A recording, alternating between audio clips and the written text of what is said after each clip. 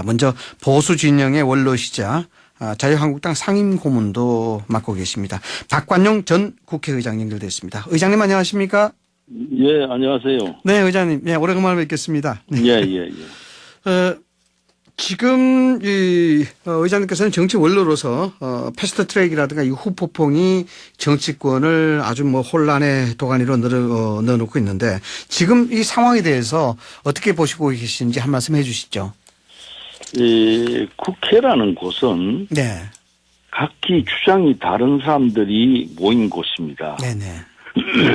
그러니까 서로 토론하고 격한 논쟁을 할 때도 있죠. 네네. 그러나 본질적으로 국회라는 곳은 각기 주장이 다른 사람들이 모여서 서로 토론하고 타협하고 네네. 그래서 공통의 의견을 만들어내는 곳입니다. 네, 그렇죠. 쉬운 곳은 아니죠. 네. 많은 논쟁이 있기 때문에. 그런데 어떻게 하든지 간에 대화와 토론을 통해서 자기 주장을 하지만은 결과적으로는 하나를 만들어야 한다는데 이외의 본질입니다. 네. 그런데 그런 정신을 우리 정치인들이 갖고 있지 못한 게 문제입니다. 네. 그것은 과거에 잘못된 집권 세력에 대해서 저항하던 것들이 아직도 습관처럼 배어 있고 아직도 네. 정치의 본질을 이해 못한 점이 있다. 네. 이렇게 보아야 할 것 같습니다. 네. 의장님께서 보시기에는 이 선거제 개편안이 굉장히 중요한데요. 이게 통과가 제대로 될 것 같습니까? 이 선거제 국회에서 제일 하기 어려운 것이 선거제 개편입니다. 네. 특히 자기 선거구가 없어지는 거. 네. 이런 것들에 대해서 굉장히 이제 관심이 많기 때문에 지금 여당이 내놓은 지역구를 줄이고 정부를 넓힌다는 것은 네네. 그건 이해하기 아마 야당 의원들이 이해하기 어려울 것이고 여당 의원들도 속으로는 반대를 할 겁니다. 네. 자기 선거구가 없어질 가능성을 누가 찬성하겠습니까? 직접적 관계가 있기 때문에. 그것이 네. 절대적인 명분이 있으면은 모르지만은 네네. 지금 그렇게 절대적인 명분이 있는 게 아닙니다. 지역구 250명 중에서 25명을 줄이겠다. 25 선거구가 없어진다 그러면은 그거는 쉽게 할 수가 있는 거는 아니라고 생각합니다. 네. 의장님께서는 지금 자유한국당 상임고문도 맡고 계신데요. 어떻습니까? 예. 저 황교안 대표 체제 잘하고 있다 보십니까, 의장님? 황교안 총리는 다른 사람들처럼 과거 잘못된 네. 소위 야당적 그 기질이라든지 또는 타성 같은 거하고는 관계없는 사람입니다. 네. 예, 그렇기 때문에 우리가 큰 기대가 크고 네. 아직까지는 우리가 그 기대에 대해서 평가하기는 어렵지만은 저는 좋은 지도자로 키워나갈 수 있으리라고 믿는데 네. 여야 간의 그 격돌하는 과정에서 네.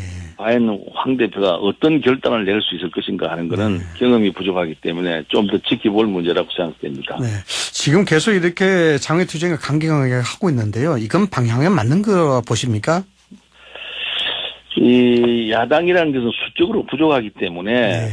다수결을 밀고 나가면 어쩔 수 없이 당합니다. 네. 그러니까 국민에게 호소하는 길밖에 없다. 국민에게. 이렇게 생각하는 거죠. 네. 그것이 결코 나쁜 거라고 생각하지 않는 것이 과거 독재 권력 시절에 일방적으로 국회에서 밀어붙일 때 야당이 국민들 앞에 호소하는 거. 네. 그래서 국민이 당신들 말이 맞다. 네. 이런 경향이 있었기 때문에 그런 것들이 아직도 남아 있습니다. 그러나 이회는 결과적으로 이회 내에서 싸우는 것이 정상이지요. 네. 네. 이 청와대나 여당도 좀 문제가 될 것 같은데요. 왜냐 그러면은 정치 본질이 의장님께서도 아시다시피 이게 소통이고 협치 아니겠습니까? 그런데 그런 차원에서 봤을 때 지금 청와대 그리고 여당 이 소통의 노력, 야당을 소통하기 위한 노력들 어떻게 보십니까? 그거는 너무나 당연한 겁니다. 네. 대한민국이 정치라는 것이 제가 앞에 말씀드린 것처럼 각기 다른 주장을 가지고 타협하고 싸우고 그리고 결론 내는 거 아닙니까? 그럼 네. 그 과정에서 대통령이 이런 방법을 선택할 수밖에 없으니 국회에서 양해해 주십시오라는 정치적 대화가 있어야 됩니다. 네, 그래서 한 가지 더 여쭙고 싶은 게요. 지금 현재 황교안 대표 체제는 원만하다 이렇게 말씀하셨는데 어제 문재인 대통령이 사회 원로들과 초청을 해서 여러 가지 현안을 들었습니다. 그 가운데서 적폐 수사 이 부분은 계속해야 된다. 이 타협에 대한 여지가 없다고 얘기하셨는데 전반적인 어제 문재인 대통령의 간담회 평가를 해 주신다면 어떻습니까? 문 대통령이 사회 지도자들을 불러서 얘기하는 거 나쁘다고 말할 수는 없죠. 네. 잘한 겁니다. 네.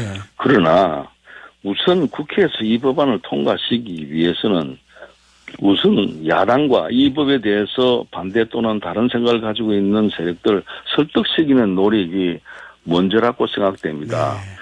야당은 넣어야 반대하든지 말든지 관두고 우리는 국민들하고 대화했다라고 하는 이런 모습은 네. 오히려 야당의 반대를 더 자극하는 것이라고 생각되고 네. 대통령이 야당 지도자들을 불러서 또는 이회 지도자들을 불러서 이와 같은 법을 추진할 수밖에 없다는 이유를 설명하고 납득시키는 노력이 전제돼야 합니다. 국회 의결보다 더 중요한 것은 사전에 충분하게 양해를 구하고 입법 취지를 설명하고 네. 그것이 더 선행되는 것이 나는 민주주의의 기본 정신이라고 생각합니다. 예. 의장님께서는 원래 초에 그 보수 우파 자유 진영은 통합과 단결해야 된다 이렇게 말씀을 하셨는데 지금도 생각 변함 없으시죠? 예, 그 여당이 다수일 경우 야당이 지리멸멸하면은 네. 여당이 일방적으로 정치를 끌고 갑니다. 네. 때문에 야당이 강경한 여당이 거대 여당일 경우에는 야당이 단합해야 되는데 네.